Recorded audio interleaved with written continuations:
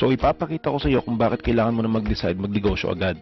Siguro natanong mo na sa sarili mo, kailangan ko na nga bang magnegosyo ngayon? Alam mo, okay lang naman na pag-isipan mo muna bago ka magnegosyo. Pero para sa akin, mas kailangan mong pag-isipan itong mga bagay na ipapakita ko sa iyo. So bakit kailangan mo nang magnegosyo ngayon? Simple lang. Walang iba kundi para sa mga pangarap mo. Naniniwala naman ako na lahat ng tao sa mundo ay may pangarap na gusto makamit. Pero lilinawin ko lang sa iyo na hindi malinaw sa lahat kung paano nila ito makukuha. For example, marami sa atin gusto magkaroon ng sariling bahay. Pero kapag tinanong mo kung kailan, hindi nila kayang sagutin. Walang konkretong plano kung kailan nila ito makukuha. Pag tinanong kita, sigurado ako na gusto mo magkaroon ng sarili mong sasakyan. Pero sigurado ka ba kung kailan mo ito makukuha? Marami sa mga OFW gusto nang makauwi, pero kung tatanungin mo sila, hindi rin sila sigurado sa buhay na nag-aantay sila pag uwi nila. So kung magandang buhay ang pangarap mo, hahayaan mo na lang ba na maging katulad ka ng iba na ang mindset nila, balang araw? Kung ganyan ang pananaw mo, bilang na ang mga araw mo, hindi mo pa ito nakukuha. Gusto ko lang malaman mo na masakit ang katotohanan. At papatunayan ko sa iyo kung bakit. Computein natin ang mga pangarap mo.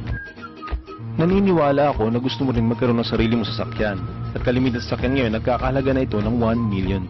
Siyempre, gusto mo rin ng sarili mong bahay. At kalimitan sa bahay ngayon, nagkakahalaga na ng 2 million. Siyempre, need mo din ng savings para sa future ng family mo.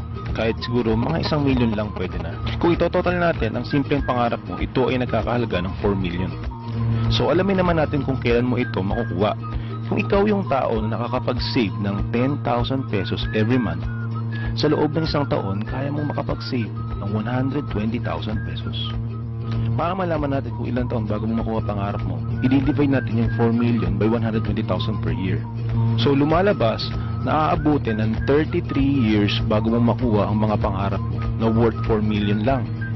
So para malaman mo kung kailan mo makukuha yung mga pangarap mo, i-add mo lang yung 33 years sa edad mo ngayon. So kung anong edad na makuha mo, tiyak ako na makukuha mo yung bahay mo, kotse, pera, at pwede ka na mag-travel abroad. Pero ang tanong ko sa'yo, ma-e-enjoy mo pa ba? Lilinawin ko lang, makukuha mo to kung nakakapag-save ka ng 10,000 every month. Paano kung hindi? Sa negosyo na ipapakita ko sa'yo, kung later ka magjo-join, later ka din kikita. Pwede mong sabihin sa akin na makakapag-antay ka pa, pero sigurado ako na yung mga mahal mo sa buhay nagmamadali na. Kaya't habang nag-iisip ka pa ng matagal na panahon, sigurado akong tumatagal din ang pag-asenso mo sa buhay.